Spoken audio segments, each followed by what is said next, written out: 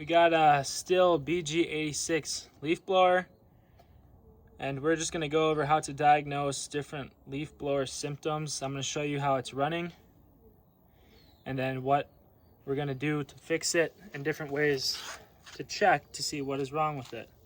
So let's start it up here. Make sure you have it on, obviously, and you can use your choke if need be. It died out a little there, so we're going to turn the choke off.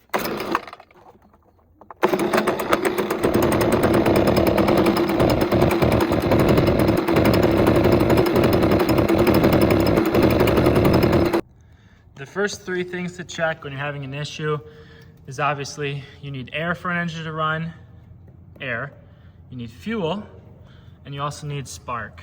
Obviously it was running, so we know we have spark. We know we also have air and fuel, but obviously it's not getting enough of one of the two. It's either not getting enough air or not getting enough fuel.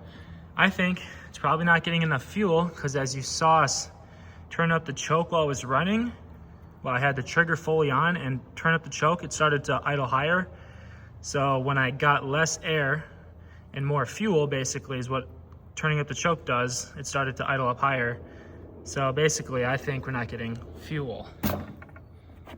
So obviously the first thing you're gonna do is check your fuel tank. You can see that there's quite a bit in it. It's almost full actually. And also, you see that filter down there? That could be a main culprit. We're gonna get a light in there and see how that looks. As you can see with the light, zoom in on it, it appears to be very clean. I don't really see any debris in the fuel tank around the filter whatsoever. The next step we're gonna do is check the air filter, which is right behind here. A simple twist and it pops off. Now there is our air filter. We can see we have a little bit of dirt down here, which will need to be cleaned up. But I guess this piece here is also holding it on. Doesn't look too dirty, nothing crazy. Let's pull it off. You can see it's obviously somewhat old. Has a little oil residue, but it doesn't look like anything is too out of the ordinary. You can see there it is a little dirty inside, you know, behind the air filter, which isn't the best sign. So we should definitely take a look and clean up that. Now, since we have the air filter off, we're gonna see how it runs with no restrictions on the air whatsoever. So you can see our air filter is clearly off. We're just going to make sure we are in the start. I'll turn the choke on just to give it some gas.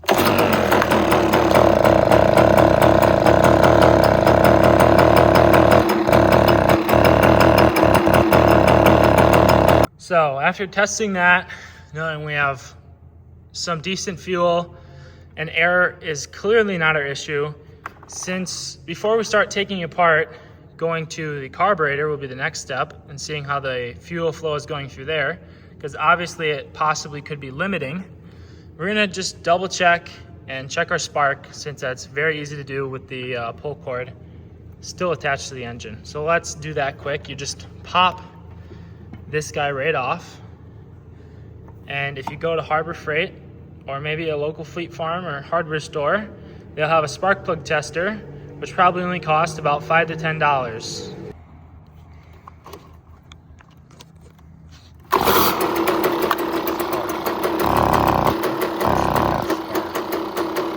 So, since we just saw we have plenty of spark, it even started up, so that was good. I'm just going to take the spark plug out while we're here. It's nothing hard to do, and we can see how it's running based off the color on the end of this.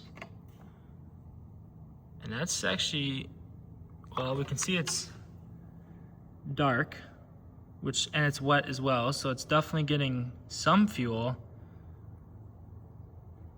But that is was running quite rich, and that's very sooted up. The next step here is we're gonna have to take this off and check the carburetor, and we can also check the exhaust because that's also part of the airflow system. Just because you're getting enough air in doesn't mean you're getting enough out. So let's dig into it and see what we find. To remove the recoil cover, it's pretty simple. You got 1, 2, and 3 bolts. It is T27 Torx. So we got our clutch or our recoil cover off, and we're gonna go for the carburetor first because it looks very dirty up here, and I have a feeling that that's what the problem is. So we got the 2 nuts off, 1 and 2. So this piece should slide right off like so. You can see that is crazy dirty around there. Let me see if this flashlight, you can see inside it. Actually, it really doesn't look the worst, but the fact that everything around it looks so bad makes you want to check it. So make sure you put those little nuts in a nice little tray if you have, or throw them inside of this guy.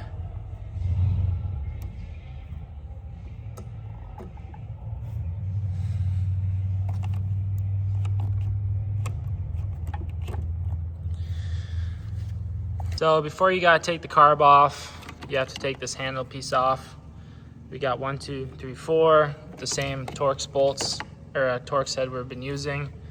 And then here is the little throttle that you just flip right off.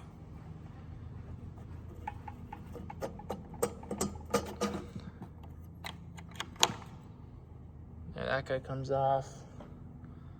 And now our carb, besides the hoses, will come right off. So to take the carb off, we had to pop out this little plug that goes into the gas tank. And we just disconnected that from there, which is the filter part, because our hoses are so hardened onto here that they weren't coming off. So now we're gonna use a heat gun to heat them up and disconnect it so we can take a look inside the carburetor. All right, so to clean this guy off, I'm just gonna make sure I cover both holes with my fingers and make sure the choke's on so it's not in your way, so you have a clean surface. And I'm just gonna use air to get rid of all the gunk you guys can see there.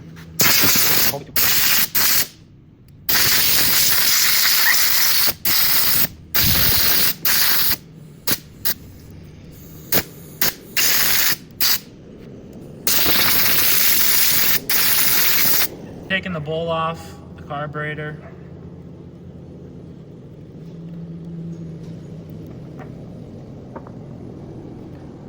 It's actually pretty clean inside there. Careful of the diaphragm. Yeah. It's pretty clean. It smells awful though. So the bowl looks pretty good, so we're just gonna put that back together and go to the top.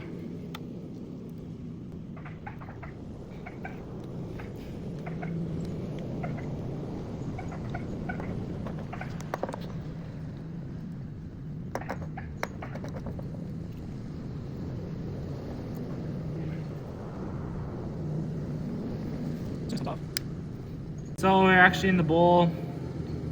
It looks just as clean as the other side. There's very little bits of particles, but nothing like, and the float works. So we're gonna put everything back together and address that. The carburetor looked clean, so we decided to take off the exhaust here. It is just 2 of the same T27s, but you're gonna need a thin enough socket or screwdriver that can fit through those holes because my regular sockets weren't fitting. So now we're just gonna take this guy off with 15 mil and see how it looks inside. Popped this guy out. I had to use a 1/2-inch impact and take a look at that. This is supposed to be a screen. As you guys can tell, there's not a single bit of light passing through it whatsoever. So we're gonna try and clean it out with the ultrasonic cleaner and see how that works. All right, so here's the parts after I got all the pine sol kind of washed off them. The plastics came out really nice. They're super clean. Like, look at this orange piece. Basically brand new. Inside of here was bad. Got that all nice and cleaned up. The muffler cleaned up really well. I was shaking it around, and there was a bunch of carbon coming out of there. The only thing that didn't really go is the part that we really needed to be cleaned. I was curious to see if the pine sol would work on dissolving that, but it didn't quite do it. You can see it cleaned up the bolt part up here. So the next method I'm going to try, even though we could get a replacement, I'm going to try and burn out the carbon with a torch and see how well that works.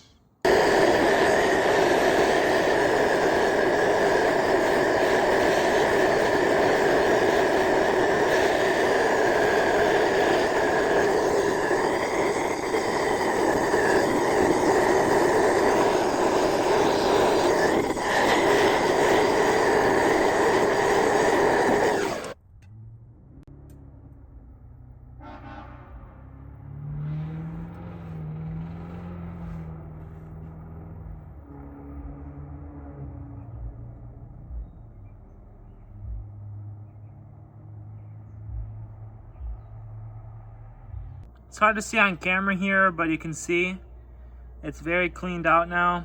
You can actually see through it, and there's way less carbon buildup. It could use a little on the end there still, but I'm gonna try and wire brush and see what I can get up with. All right, we finally got it cleaned up with the wire brush, and take a look at that now. Looks almost brand new. You can see it's very clear. There's no more carbon buildup. Now, I don't think you have to heat it up for as long as I did. You just get it red hot until it starts to turn that gray color and move to the next area, and it'll be good to be wire brushed off. But we made sure to get it extra good because there was so much carbon in it. Now we're just gonna put everything back together the same way we did it. So let's go through that process. We got it all back together. I primed the fuel system off camera here. Let's see how she runs.